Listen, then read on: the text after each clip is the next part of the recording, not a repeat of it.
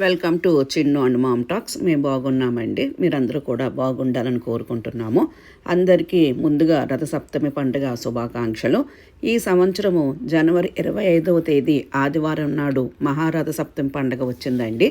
సుమారు 22 సంవత్సరాల తరువాత ఇలాంటి అద్భుతమైన రథసప్తమి ఏర్పడుతుంది. ఈ రథసప్తమి నాడు సూర్యభగవానుడు జన్మించాడు. ఆదివారంతో రథసప్తమి రావడం చాలా విశేషము. ఇంతటి విశేషమైన రోజునే అసలు మనం పండుగ ఎలా జరుపుకోవాలి, ఎటువంటి దానాలు చేయాలి, ఏమేం పనులు చేయాలి, ఏమేం పనులు చేయకూడదు, అటువంటివన్నీ కూడా నేను ఈ వీడియోలో మీకు చెప్తాను. Let's get started.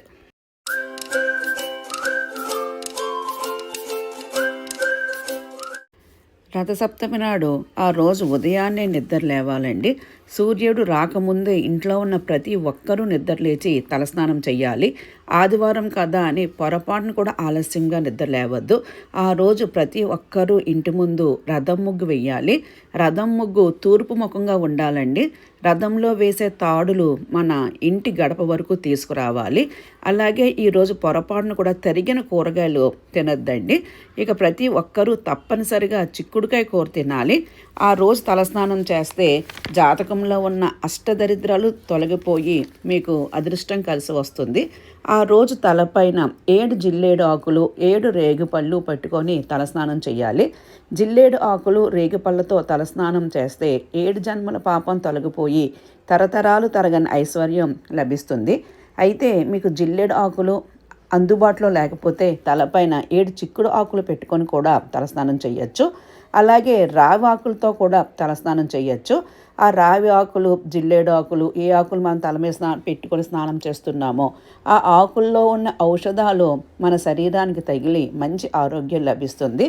ఈ విధంగా ఉదయాన్నే తలస్నానం చేసి సూర్యుడికి ఆర్ఘ్యం సమర్పించి నమస్కారం చేసుకోండి. ఆ ఒక్కరోజు సూర్యుడికి నమస్కారం చేసుకుంటే 1,000,000 జన్మల పుణ్య ఫలితం లభిస్తుంది. మీ ఇంటి బయట తూర్పు ముఖంగా నిలబడి రాగి చెంబులో నిండుగా నీళ్లు పోసి అందులో ఒక ఎర్రటి పుష్పాన్ని వేసి సూర్యుడికి ఆర్ఘ్యం సమర్పిస్తూ ఓం సూర్యాయ నమః అనే మంత్రాన్ని చదవండి. కష్టాలు అన్నీ కూడా తొలగిపోతాయి. అలాగే ఈరోజు గోధుమల దీపం పెట్టాలండి. ఒక ఇత్తడి ప్లేట్లో బయట సూర్యకిరణాలు తగిలేలా ఒక ఇత్తడి ప్లేట్లో గోధుమలు పోసి మట్టి ప్రమిద పెట్టి 7 వత్తులు విడిగా వేసి ఆవు నెయ్యితో కానీ నువ్వుల నూనెతో కానీ దీపం వెలిగించండి. ఈ దీపాన్ని పసుపు కుంకుమంతో అలంకరించుకొని బయట సూర్యకిరణాలు తగిలే విధంగా పెట్టి మనం పూజ చేయాలి. అలాగే ఈరోజు కంపల్సరీ అందరూ పాలు పొంగించాలండి. పాలు పొంగించి అందులో మనము పరమాన్నం తయారు చేసి ఆ పరమాన్నాన్ని లక్ష్మీదేవికి నైవేద్యం సమర్పించాలి. అలాగే ఈ పరమాన్నాన్ని చిక్కుడు ఆకులపైన వేసి ఆ వేడివేడి పరమాన్నాన్ని దేవుడికి నివేదిస్తే ఆకులోని ఔషధ గుణాలు కూడా పరమాన్నంలోకి చేరిపోతాయి. అలాగే ఆ రోజు ఎరుపు పువ్వులు తీసుకొని ఎర్రటి పుష్పాలతో ఇంట్లో ఉన్న దేవుడికి పూజ చేయించుకోవాలండి. అలాగే చిక్కుడుకాయలతో రథం తయారు చేసి పూజిస్తారు.